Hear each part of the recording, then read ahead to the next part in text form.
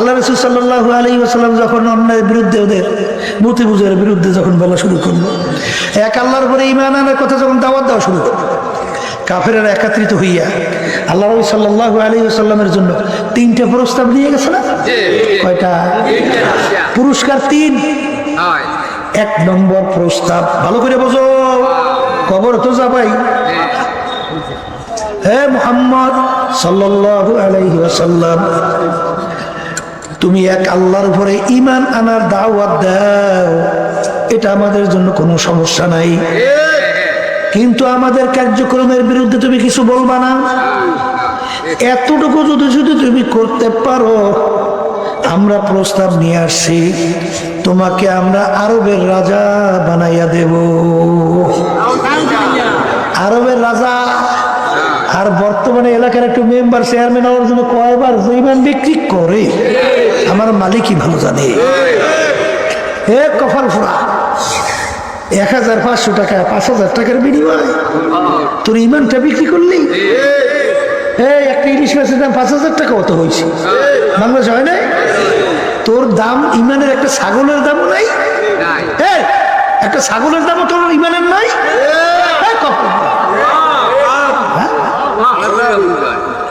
এই টাকায় মানুষ জন্ম দিয়েছে না মানুষই টাকা বানিয়েছে? আল্লাহ মাফ করুক। একটু গু দেখছে, এর ভিতরে সেদিকে ঝুঁকে পড়ছে। কিসের ইমানদার হয়েছে, কিসের দিনে বুঝেছো? আল্লাহ মাফ করুক আমার সবাইকে, আমাকে সহ আল্লাহ সবাইকে মাফ করুক। 2 নম্বর প্রস্তাব, মুহাম্মদ যদি তুমি এই কথা মানতে পারো, তোমাকে আমরা আরবের সবচেয়ে বড় ধনী বানাইয়া দেব।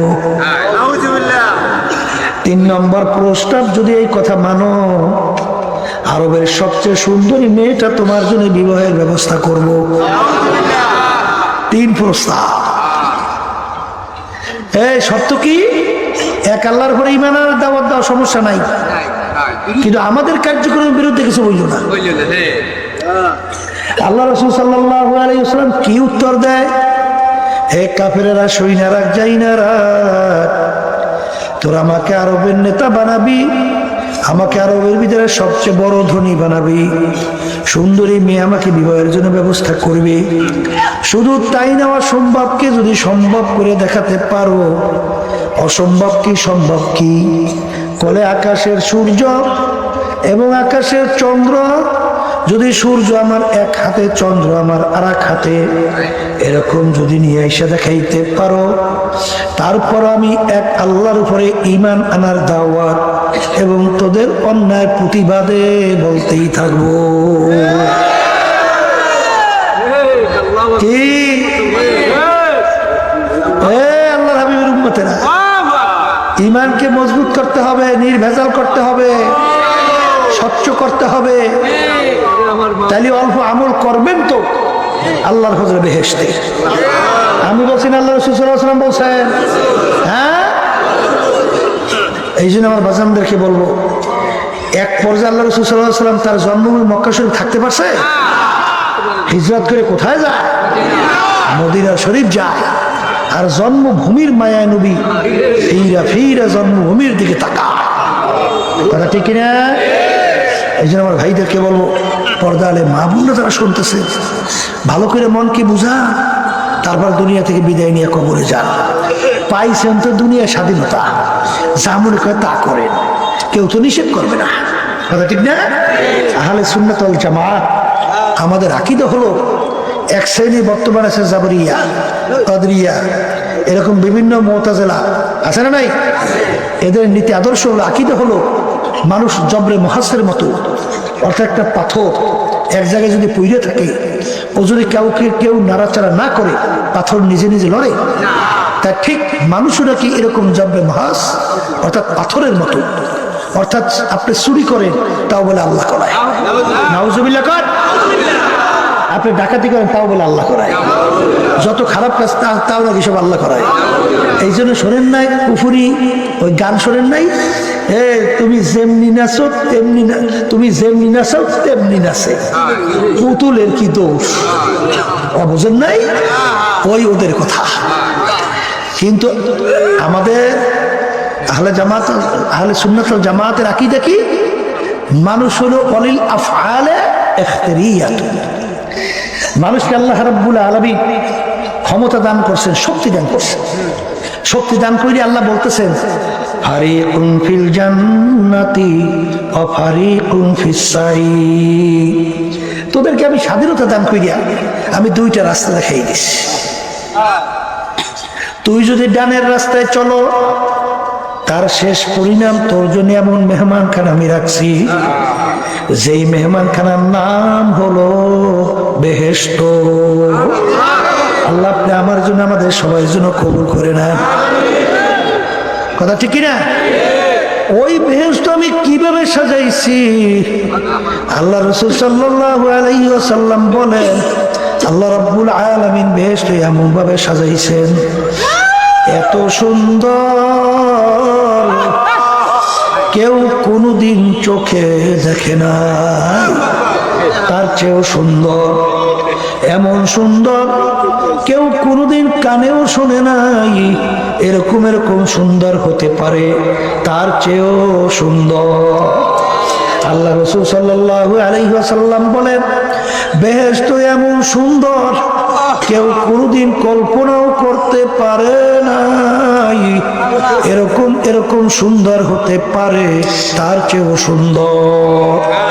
আমি বলছি আল্লাহ রাসূল সাল্লাল্লাহু আলাইহি ওয়াসাল্লাম বলছেন, হ্যাঁ, সেই বেহেশতের ভিতরে একবার যদি ঢোকো আর কোনোদিন বের করা হবে না। কথা ঠিক না ভাই? ঠিক। এই এখন যে নাকি স্বাধীনতা পাইয়া বেহেশতের রাস্তায় চলতে চান, আল্লাহ বলতেছেন, আমি তোদেরকে ওই রাস্তায় চলার শক্তি আমি দান করবো। আলহামদুলিল্লাহ। আর যদি স্বাধীনতা পাইয়া তোরা যদি কেউ বামের রাস্তা, জাহান্নামের রাস্তায় চলতে চাও, সেই রাস্তায় চলার শক্তি আমি তোদেরকে দান করবো। কারণ স্বাধীনতা, পরীক্ষার হলে স্বাধীনতা যদি না থাকে তাহলে পরীক্ষা হয়?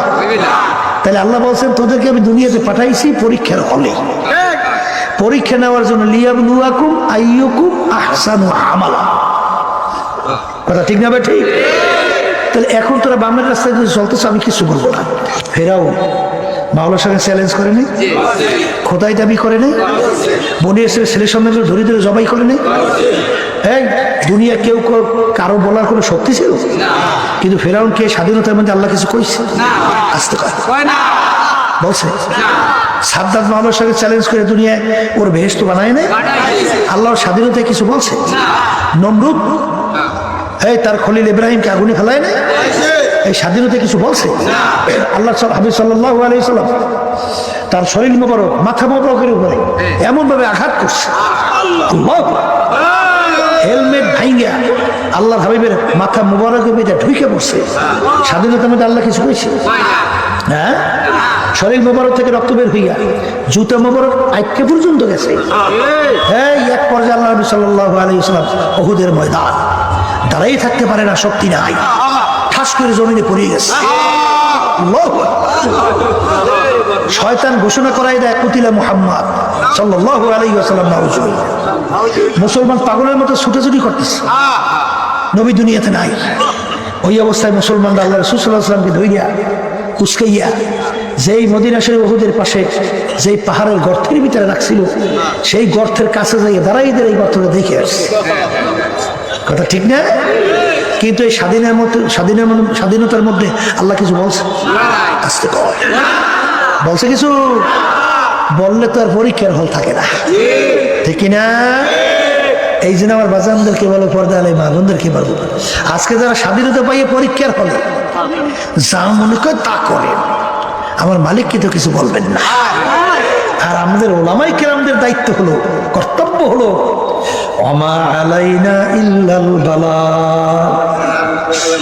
আমাদের দায়িত্ব শুধুমাত্র তোমাদের কাছে পৌঁছানো দায়িত্ব, মানো বা না মানো, এটা জোর কইরা মানার দায়িত্ব কিন্তু আমাদের নাই। কারণ আল্লাহ রাসূল সাল্লাল্লাহু আলাইহি ওয়াসাল্লাম যখন দ্বীনের দাওয়াত দিল, কাফেররা যখন ঈমান আনে না, আল্লাহর হাবিব সাল্লাল্লাহু আলাইহি ওয়াসাল্লাম এমন পেরেশান হয়ে গেল, মনে হয় যেন নিজে ধ্বংস হয়ে যাবে। আল্লাহ রাব্বুল আলামিন আয়াত নাযিল করে, রাসূল আপনাকে দুনিয়াতে আমি পাঠাইছি শুধুমাত্র দাওয়াত পৌঁছে দেওয়ার জন্য। ওরা নামে মানে বানা মানু, জোর কইরা মানাবার দায়িত্ব কিন্তু আপনার না। ওদেরকে আপনি ইচ্ছা করলে হেদায়েত করতে পারবেন না, হেদায়েতের চাবিকাঠি আমার হাতে। এই জন্য হাদিসের ভিতরে আসছে, জফুল কালাম আমার মালিকের হাতে। কথা ঠিক না বেঠি?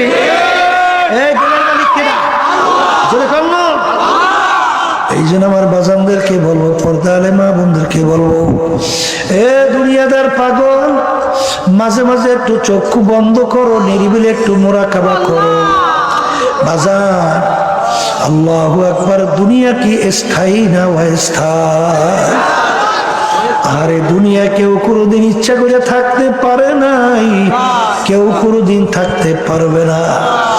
এ দুনিয়াদার পাগল, তাম দুনিয়ার ভিতরে যত বড় মেয়েরা আছে ইতিহাস পড়লে দেখবা বাজার কত চেষ্টার পরেও কিন্তু থাকতে পারে নাই, আর কেউ কোনোদিন থাকতেও পারবো না। যেহেতু দুনিয়া থাকতে পারবো না, একদিন রওনা করে যাওয়া লাগবে। যেহেতু রওনা করে যাওয়া লাগবে, আমি সেই বাজানদেরকে বলবো, পর্দারে মা বোনরা যারা শুনছেন, সেই বাজানদেরকে বলবো, মা বোনদেরকে বলছি, বাজার দুনিয়ার যে কোনো কাজের কাজের মধ্যে কেউ যদি 5 বার ঠগ, আবার ওই কাজের ভিতরে চেষ্টা করলে জিতবার আশা করা যায়। কিন্তু এই কবরের যাত্রীরা, একবার যদি কেউ কবরে যায় ঠইগা বস, দ্বিতীয়বার দুনিয়াতে আইসা ফিল কইরা জিতবার কিন্তু আর আশা নাই। এই যে আমার বাজানদেরকে বলবো, পর্দা আলে মা বোনদেরকে বলবো, বাজান আমি বুঝের জন্য কোরআনুল কারীমের শুরুর আয়াত তেলাওয়াত করছিলাম।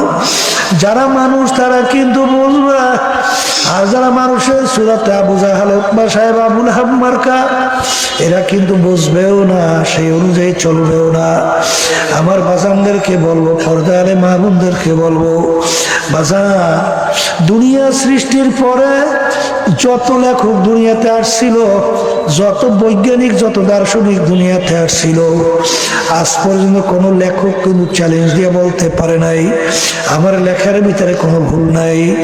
কোনো দার্শনিক বলতে পারে নাই আমার দর্শনে কোনো ভুল নাই। কোনো বাজার বৈজ্ঞানিক বলতে পারে নাই আমার আবিষ্কারে কোনো ভুল নাই। কিন্তু এ কবরের যাত্রীরা, দুনিয়ার ভিতরে একটাই কিতাব, যেই কিতাবের শুরুতে চ্যালেঞ্জ দেওয়া আছে, জালিকাল কিতাব লা রাইবা ফীহ। এই যে কিতাব দেখো, এই কিতাবের ভিতরে কোনো ভুল সন্দেহ বলতে কিছু নাই। এ কবরের যাত্রীরা, যারা মানুষ তারা চিন্তা করবে, আল্লাহর হাবিব সাল্লাল্লাহু আলাইহি ওয়াসাল্লাম মায়ের পেটে থাকা অবস্থায় আল্লাহ রাব্বুল আলামিন তার আব্বাকে দুনিয়ার থেকে নিয়ে গেল।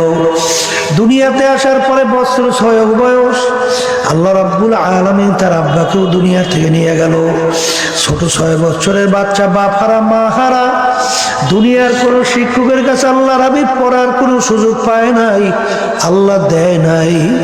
আল্লাহ রসুল কিন্তু নিজের দস্তখত করতে জানতেন না, এমনকি নিজের সাইনও করতে জানতেন না। এই উম্মি আল্লাহর হাবিবের উপরে ছোট চটি বই না 30 পারা কোরআনুল কারীম আল্লাহ নাযিল করলেন।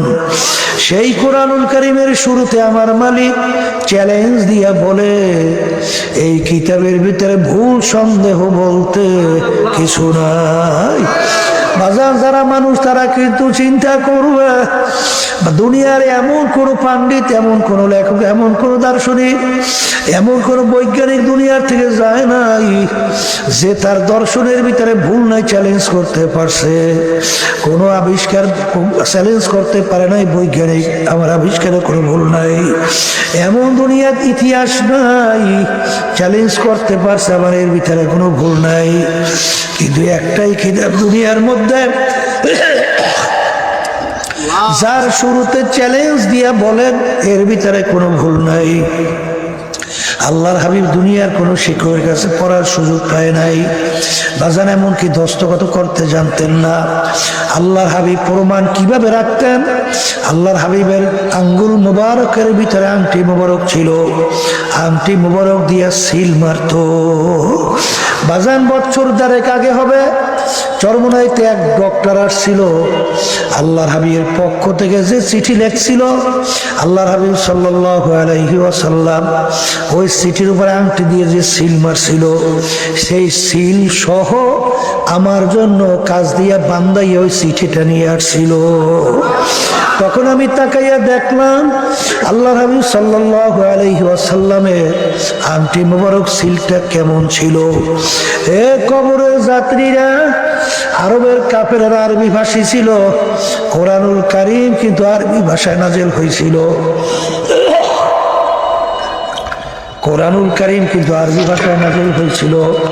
কাফেররা কিন্তু আরবি ভাষা বুঝত, বাজান তারা কিন্তু বহু চেষ্টার পরও কোরআনুল কারীমে ভুল বের করতে পারে নাই। এখনো কোরআনুল কারীম আমাদের ভিতরে আছে না? না। আমি আমার বাজানদেরকে বলবো, পর্দালে মা বোনদেরকে বলবো, বাজান আপনাদের সঙ্গে কোনো আমাদের ঝগড়া নাই, মারামারি কাটাকাটি কিছুই নাই। তোমার কবরে তুমি যাবা, আমার কবরে আমি যাব। তোমার কবরে প্রশ্নের উত্তর তুমি দেবা, আমার কবরে প্রশ্নের উত্তর আমি দিব। বাজান বুঝা শুই না কবরে যাও, কারণ দুনিয়ার কাজে 5 বার 10 বারও যদি কেউ ঠগো, আবার সেই কাজের ভিতরে চেষ্টা করলে জিতবার আশা করা যায়। কিন্তু কবরের যাত্রীরা একবার যদি কেউ কবরে যাইয়া ঠইগা বস, দ্বিতীয়বার দুনিয়াতে আইসা আপিল কইরা জিতবার কিন্তু আর আশা না।